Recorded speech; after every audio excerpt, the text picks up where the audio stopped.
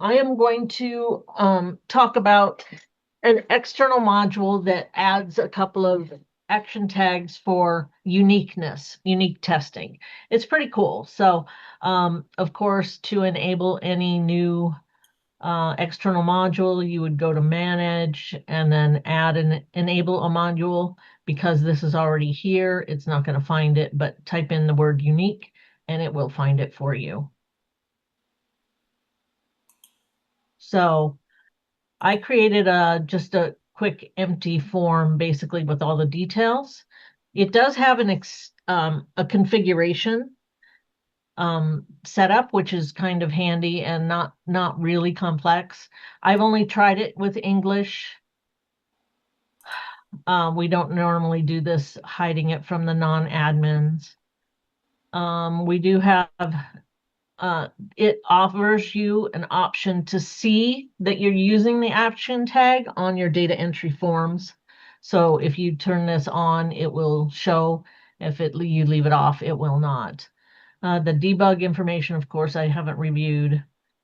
This is a nice little addition. It has a list of exceptions to testing for unique. So let's say you have a medication field, and when you don't know what the medication is, you want to type in unknown or UNK. You can use that, and it won't test to see if you have UNK anywhere else on another record. So that's handy, and I do have an example to show you how that works. And then the enable of hard check, what this does is it disables the save buttons if you have anything that's not completely unique on the record. So the action tags that are added based on using this external module are @unique, and this tests a specific field for uniqueness across every record. So if you were collecting employee IDs, it would always let you know if you've already typed in that employee ID. Unique strict, this makes you have it tests against other fields on the same record as well as every record in the project. So this one gets a little more complex. As I said, I have examples of these. Unique instance, this is very nice. It works on repeating forms. So let's say you have a list of medications and one medication per repeating form. You can make sure that you haven't already typed in, let's say aspirin. It will tell you that you have a duplicate already for that particular record, not every record in the project.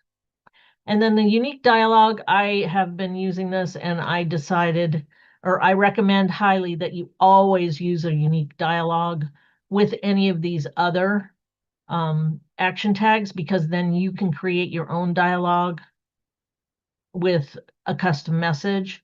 And it seems that in certain circumstances, it works better with your custom dialogue rather than relying on REDCap.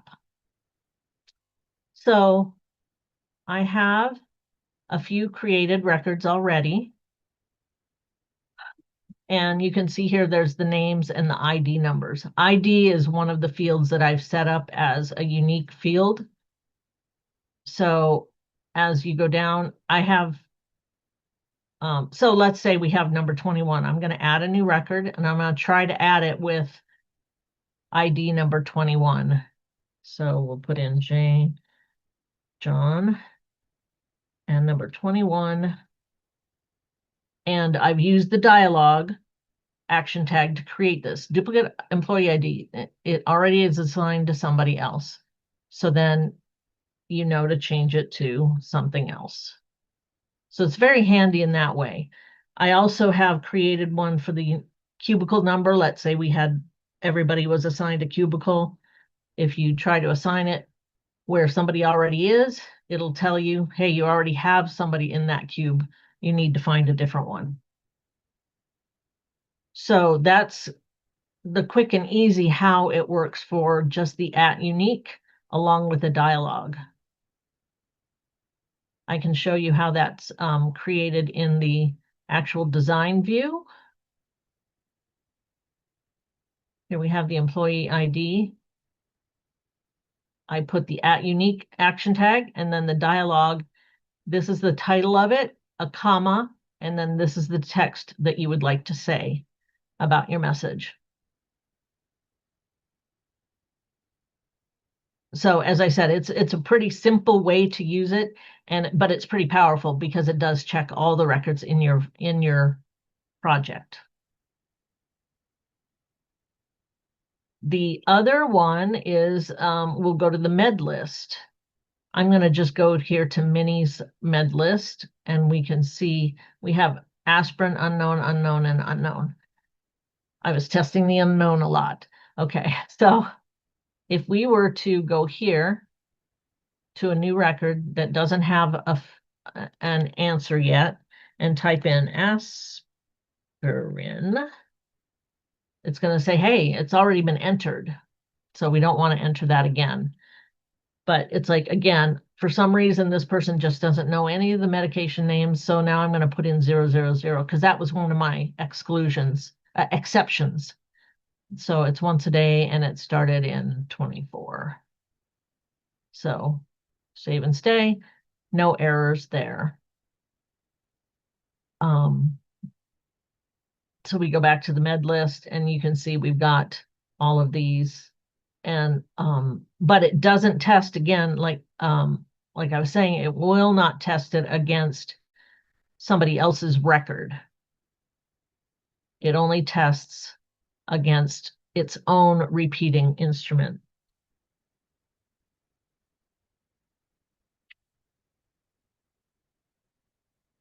See, it didn't pop up as an error here or as a duplicate. So that's how that works. I can show you on the instrument